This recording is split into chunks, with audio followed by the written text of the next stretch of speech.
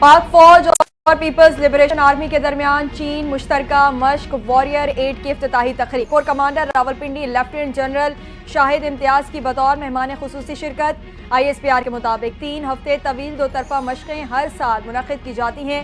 مشق کا مقصد مشترکہ تربیت کے ذریعے پیشہ ورانہ مہارتوں کو نکھارنا ہے۔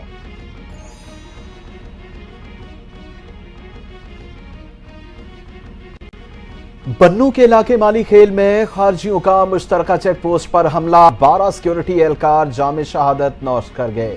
فائرنگ کے تبادلے میں 6 خارجی واصل جہنم۔ ISPR کا کہنا ہے فورسز نے خارج کی چیک پوسٹ میں داخل ہونے کی ناکام کوشش کی۔ بارودی گاڑی ٹکرانے سے 12 جوان شہید ہوئے۔ شہداء میں سیکیورٹی فورسز کے 10 اہلکار اور 2 فرنٹیئر کانسٹیبلری کے اہلکار شامل تھے۔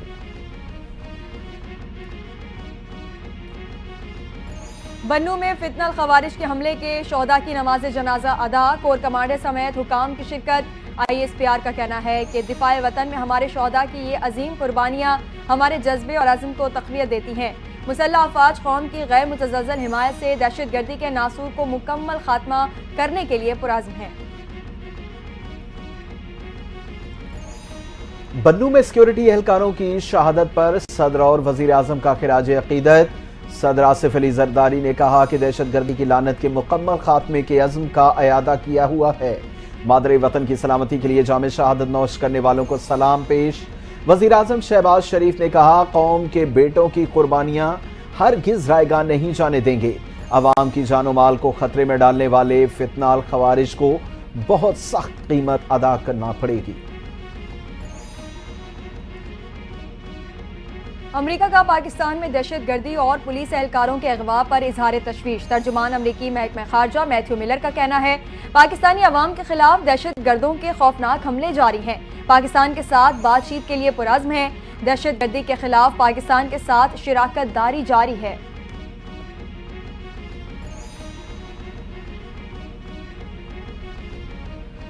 توشہ خانہ 2 کیس کی سماعت، بانی PTI کی ضمانت منظور۔ اسلام آباد ہائی کورٹ کا بانی PTI کو رہا کرنے کا حکم۔ جسٹس میاں گل حسن اورنگزیب نے بانی PTI کی درخواست ضمانت منظور کی۔ بانی PTI کو 10 لاکھ روپے مچلکے جمع کرانے کے عوض ضمانت دی گئی۔ ضمانت منظوری کا تحریری فیصلہ بعد میں کیا جائے گا۔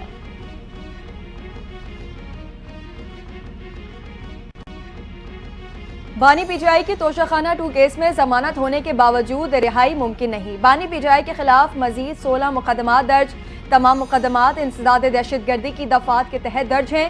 ان کے مچلکے کل اسپیشل جج سینٹر کی عدالت میں جمع کرائے جائیں گے۔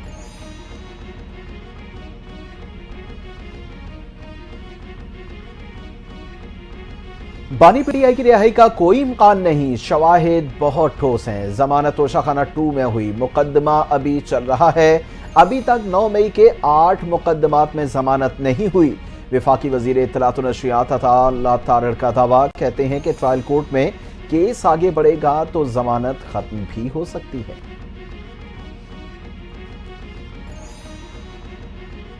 بانی PTI کی تمام مقدمات میں عبوری ضمانت دینے کے استدعا مسترد۔ لاہور ہائی کورٹ میں نورین نیازی کی دائر درخواست پر سماعت، تمام مقدمات میں ضمانت دی جائے۔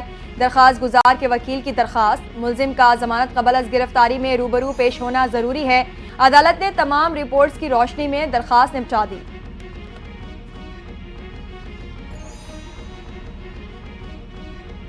PTI حقیقی آزادی مارچ کیسز میں سابق اسپیکر قومی اسمبلی اسد قیصر، سابق وزیر دفاع پرویز خٹک، سابق گورنر پنجاب غلام سرور اور دیگر ملزمان کو ڈسٹرکٹ اینڈ سیشن کورٹ اسلام آباد نے تمام مقدمات میں بری کر دیا۔ ملزمان کے خلاف تھانہ گوڑڑا میں 2 کیسز درج تھے۔ شاہ محمود قریشی اور دیگر پہلے ہی مقدمے سے بری ہو چکے ہیں۔ تحریک انصاف کا 24 نومبر کے احتجاج کا دائرہ کار دنیا بھر میں پھیلانے کا فیصلہ۔ KP ہاؤس اسلام آباد میں احتجاج کی حکمت عملی اور متوقع مذاکرات کے حوالے سے اہم بیٹھک۔ احتجاج کامیاب بنانے کے لیے اتحادیوں سے رابطے۔ احتجاجی تحریک کے لیے مانیٹرنگ سیل بھی قائم۔ بانی تحریک کی ہدایت پر جڑواں شہروں میں 2 کمیٹیاں تشکیل دے دی گئیں۔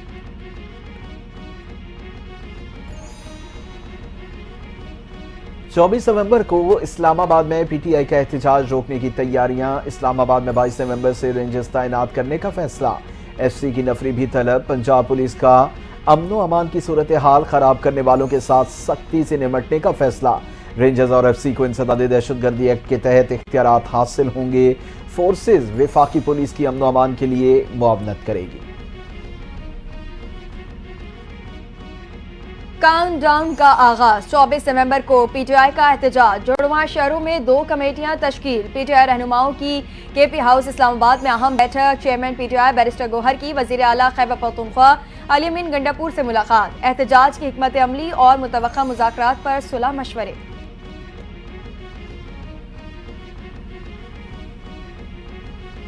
تحریک انصاف کا احتجاج ہوگا یا نہیں، کارکنان حیران، قیادت بھی پریشان، سینئر عہدیداران کا بانی تحریک کو احتجاج مؤخر کرنے کا مشورہ، بانی پی ٹی آئی کا لشکر لے کر اسلام آباد ہر صورت جانے کا اعلان، وفاقی حکومت کیل کاٹنے سے لیس اور فوج رینجرز کو خصوصی اختیارات دے دیے گئے، کسی کو امن و امان کی صورتحال بگاڑنے کی اجازت نہیں دی جائے گی، انتظامیہ نے خبردار کر دیا۔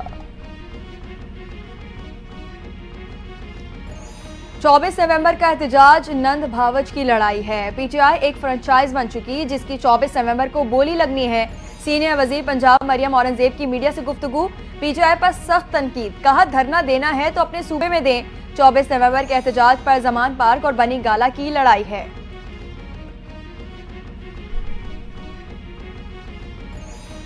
مولانا فضل الرحمان نے بھی تحریک انصاف کی سیاست پر سوالات اٹھا دیے، کہتے ہیں کہ پی ٹی آئی کا 24 نومبر کے احتجاج کی کال کا وقت مناسب نہیں، پی ٹی آئی میں مؤخر حکمت عملی بنانے والے اور لوگوں کی شدید کمی ہے، مسلسل احتجاجی کال سے اہمیت نہیں رہتی۔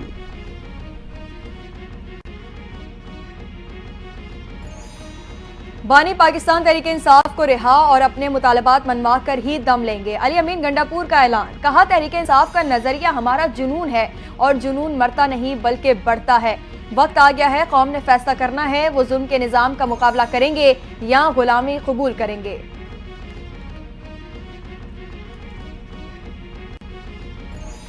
لشکر کے ذریعے بانی پی ٹی آئی کو رہا نہیں کرایا جا سکتا، ہمارا کوئی مطالبہ قابل عمل نہیں، کسی بھی صوبے سے کوئی بھی احتجاج کے لیے تیار نہیں، علی امین گنڈاپور نے بانی پی ٹی آئی کو احتجاج ملتوی کرنے کا مشورہ دے دیا۔ مسلم لیگ نون خیبر پختونخوا کے رہنما اختیار ولی نے پریس کانفرنس میں دعویٰ کر دیا، کہتے ہیں کے پی کے لوگ بے وقوف نہیں لیکن بانی پی ٹی آئی انہیں 3 مرتبہ بے وقوف بنانے میں کامیاب ہوئے۔ 24 نومبر کو ہم وہی کریں گے جو دہشت گردوں کے خلاف کرتے ہیں، وزیر اطلاعات پنجاب اسما بخاری نے پی ٹی آئی کو خبردار کر دیا، کہا MPs MNAs کو فساد برپا کرنے کے لیے 4 لاکھ روپے دیے جا رہے ہیں، ان کے پاس پلان اے بی سی ہے تو ریاست کے پاس پوری اے بی سی ہے۔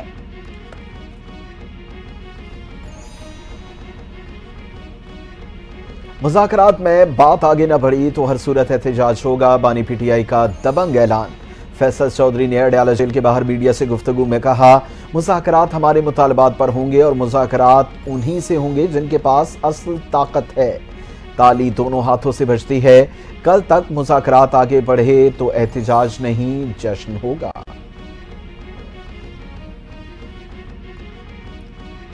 چوبیس نومبر کو جو باہر نہ نکلا وہ پارٹی سے باہر ہو جائے گا، بانی پی ٹی آئی کا واضح اعلان، سینئر قیادت کے مطابق بانی پی ٹی آئی نے کہا طاقتور حلقے جس کسی کو آگے کریں گے، پی ٹی آئی کی لیڈرشپ کمیٹی 3 مطالبات 26ویں آئینی ترمیم کے خاتمے، آئین کی بحالی کے علاوہ مینڈیٹ کی واپسی اور تمام بے گناہ سیاسی قیدیوں کی رہائی پر بات کرے گی، بولے 24 نومبر کا احتجاج مؤخر ہوگا نہ معطل۔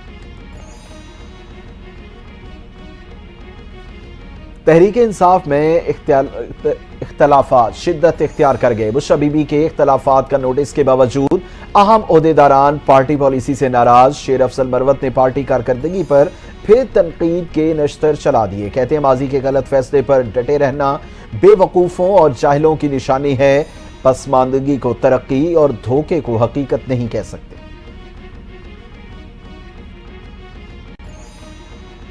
الیکٹرک وہیکلز کی فراہمی، وفاقی وزیر رانا تنویر حسین کا 2030 تک 3000 چارجنگ اسٹیشن تیار کرنے کا دعویٰ، کہا حکومت نئی الیکٹرک وہیکلز پالیسی متعارف کرا رہی ہے، پاکستان میں 2 اور 3 وہیکلز الیکٹرک گاڑیاں تیار ہو رہی ہیں، منصوبے کے لیے 50 ارب روپے کی سبسڈی رکھی جا رہی ہے۔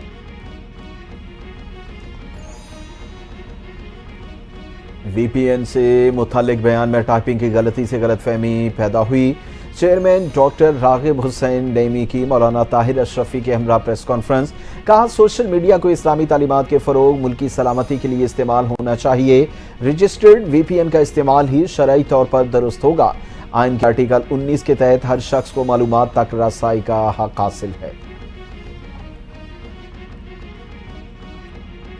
چیئرمین پیپلز پارٹی بلاول بھٹو زرداری نے وفاقی حکومت سے معاملات حل کرنے کے لیے 9 رکنی کمیٹی تشکیل دے دی۔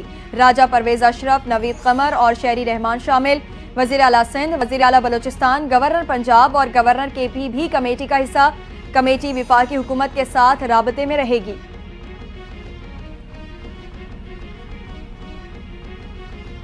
پیپلز پارٹی نے پبلک اکاؤنٹس کمیٹی کی سربراہی مانگ لی۔ سینیٹر سلیم مانڈوی والا نے اسپیکر قومی اسمبلی ایاز صادق کو خط ارسال کر دیا۔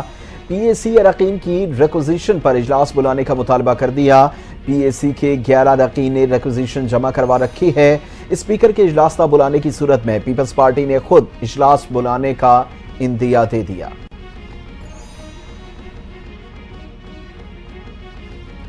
پشاور ہائی کورٹ نے 26ویں آئینی ترمیم کے خلاف درخواست خارج کر دی۔ چیف جسٹس اشتیاق ابراہیم، جسٹس وقار احمد نے سماعت کی۔ 26ویں ترمیم غیر آئینی طریقے سے اسمبلی سے منظور کی گئی۔ درخواست گزار کے وکیل کا موقف۔ سپریم کورٹ کے آئینی بینچ میں کیس زیر سماعت ہے۔ اچھا ہوگا درخواست گزار اس کو واپس لیں، عدالت کے remarks.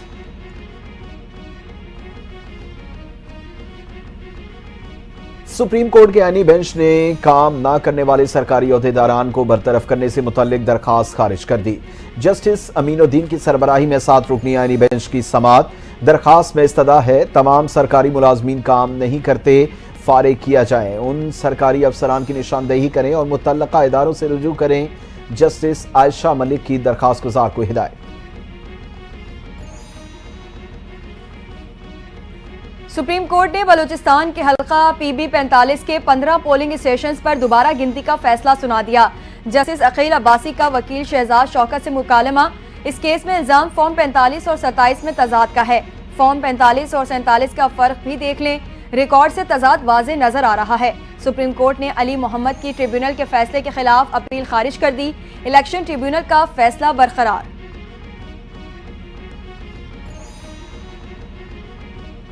Federal government employees housing authority کی اپیل منظور۔ سپریم کورٹ نے اسلام آباد سیکٹر F14 اور 15 میں ججز اور بیوروکریٹس کو پلاٹ الاٹمنٹ کے معاملے اسلام آباد ہائی کورٹ کا فیصلہ کالعدم قرار دے دیا۔ اسلام آباد ہائی کورٹ کو دوبارہ معاملہ دیکھنے کی ہدایت کر دی۔ کیس کا 6 ماہ بعد محفوظ شدہ فیصلہ سنایا گیا۔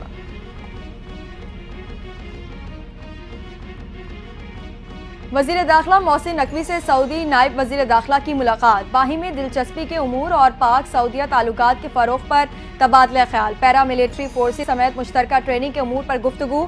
وزیر داخلہ کے اسلام آباد اور ریاض کو جڑواں شہر قرار دینے کی تجویز۔ سعودی وزیر کا اتفاق، مزید ضروری اقدامات کرنے کا فیصلہ۔ ملاقات میں پاکستان سے بھکاریوں کو سعودی عرب بھجوانے والے مافیا کی سرکوبی اور قیدیوں کے تبادلے کے معاہدے پر عمل درآمد پر بھی اتفاق۔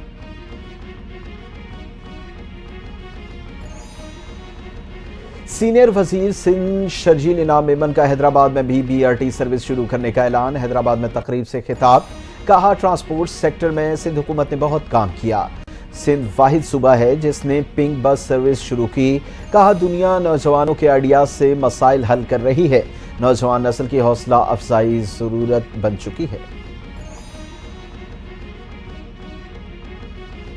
سندھ حکومت نے ترکیہ اور سویڈن کو صوبے میں سرمایہ کاری کی دعوت دے دی۔ وزیر اعلیٰ سندھ سید مراد علی شاہ سے ترکیہ، سویڈن کے سفیروں اور عمان کے قونصل جنرل نے وزیر اعلیٰ ہاؤس میں الگ الگ ملاقاتیں کی۔ باہمی دلچسپی کے امور، دو طرفہ تعلقات پر بات چیت۔